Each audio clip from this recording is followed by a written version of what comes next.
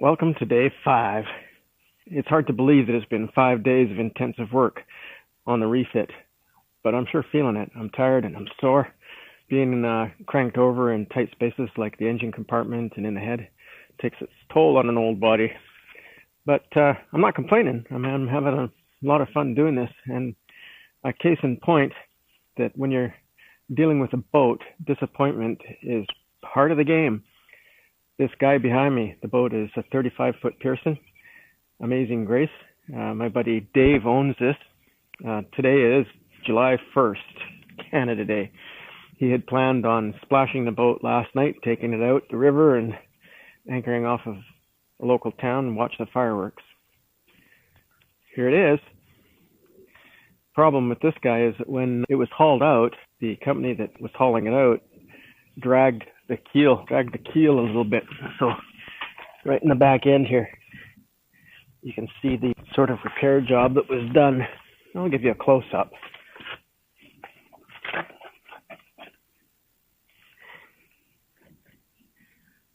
You can see it was dragged and then a sort of a hasty, not very good fiberglass job was put over top of it. But when they went to put it in last night, all this water started pouring out. It turns out that there's a void in the keel, a hollow spot, so that when the damage was done to the keel, that hollow spot filled up with water, and then when they put it on the hard, the angle of the boat was such that the water just sat there, didn't come out. When they went to put it back in, water started pouring out of it.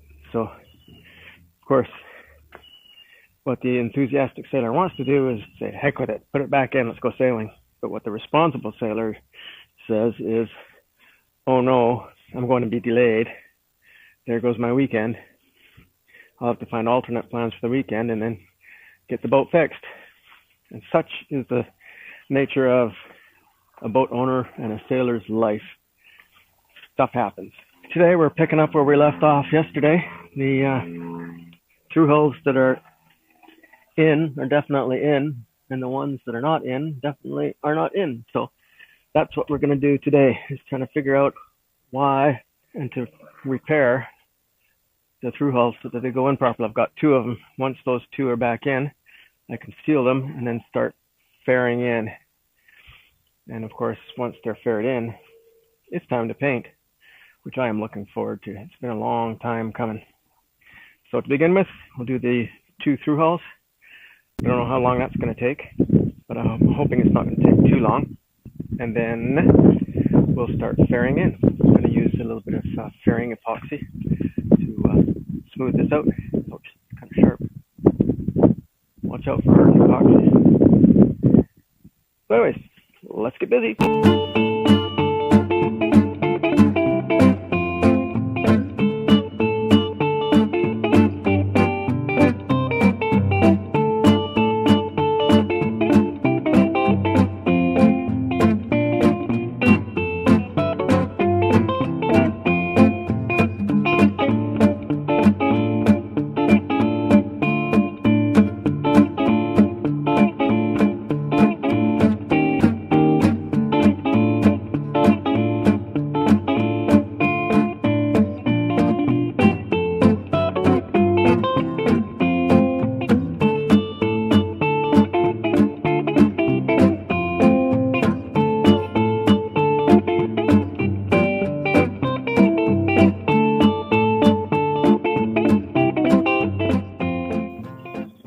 Well, that went better than I expected it to.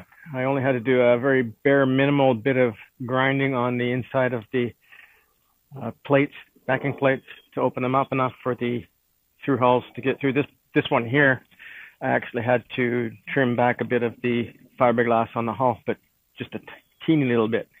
And then I loaded them up extra heavy with the 4200 just to make sure there's no leakies.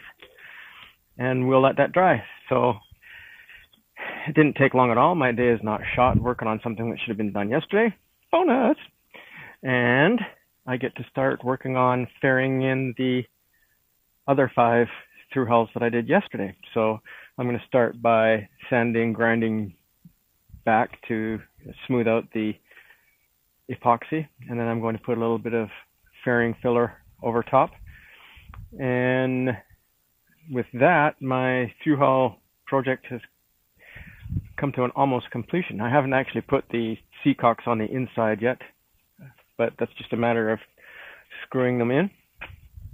So then I can start sanding on the hull. Now, like Mads and Alfie and others who've done lots of sanding, it's one of my more favorite jobs, but it's got to be done. So we'll get to it, and hopefully within the next few days, you'll see some paint on this bad girl. Shh, don't tell her I said that. The sanding has been done. I just took my angle grinder with a sanding disc on it and smoothed everything out and exposed some fiberglass. I noticed that right here, and there's actually a bubble in the original substrate, which may explain why there's craters all over the hull, because in behind it there's bubbles, which means that when this was originally laid up, it was laid up incorrectly or with inferior product, which is too bad. So all of my through hulls are fair except for that one, and I'm not sure why that one is different, but it is what it is. And all of my screws are nicely countersunk with the exception of one on the other side. So I'm going to grab some epoxy and cover them. Of course, there'll be a little slight bulge around them. That's okay. And then tomorrow, once the 4200 has hardened up on the two that I just did, we'll do those tomorrow. I don't know if you can see this, but it has decided to rain. But that's okay. It's just a very light rain. And I'm grateful for the clouds to keep the sun off. It gets awfully hot out here when the sun comes beating down. So I'm just going to carry right on. The curve of the hull prevents the rain getting on my work. So let's power ahead. Doing fairing epoxy work is considerably different than doing structural work. Now, West Systems, which is the product that I'm using, has a variety of fillers that you can work with. The product that I've been using up until this point is 406 colloidal silica, which is very fluffy powder that's simply used to thicken up your epoxy. You can make it from runny, just like raw resin, or to a consistency of peanut butter, which is great for doing fillets and other stuff. But I don't think this adds a whole lot of strength to the epoxy. This stuff, however, does. This is 403. This is microfiber adhesive fillers. I used a combination of this stuff and this stuff to put my backing plates in. I mixed them together so that the consistency was like putty, but with the adhesive filler, it's going to obviously act like an adhesive to get the backing plates stuck to the hull, nice and secure. But I'm not using those guys today. What I'll be using today is fairing filler. Now, West has a couple of different fairing fillers, 410 and 407.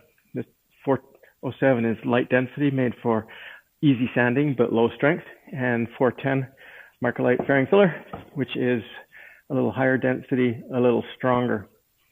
So I'm going to be using this because it's on the outside of the boat. It has sort of a pinkish color to it. I'll show you when I've got it mixed up.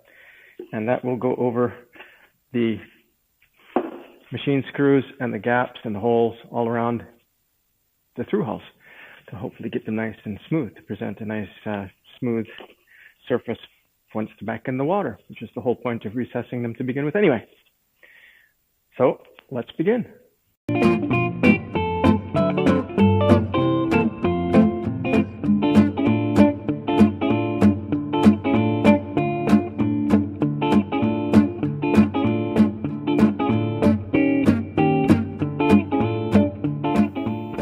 So I've got my epoxy mixed up. It's thick like peanut butter, pink like silly putty. Once it hardens, it'll be relatively easy to sand down. Now, in terms of application, many centuries ago, I was an auto body mechanic. One of the things I learned with working with Bondo, which is what this stuff is like, is that when you're fairing in something like this, you start with the high point and work your way out. You don't want to work your way in, because then you'll end up with a really high point, which is what you're trying to avoid. So we'll start in the center, work our way out, work our way around the boat.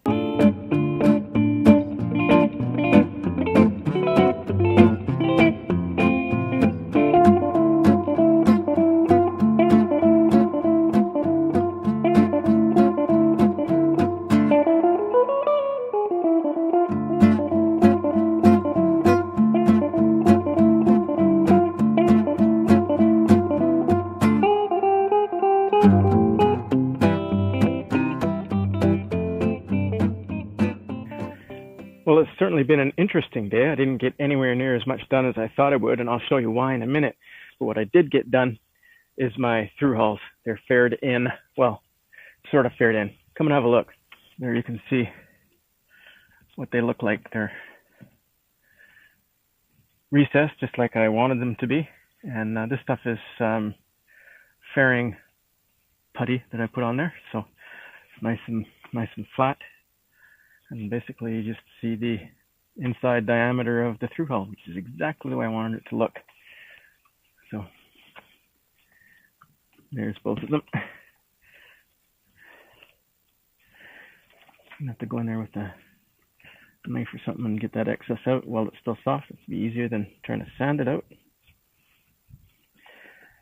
And the front ones,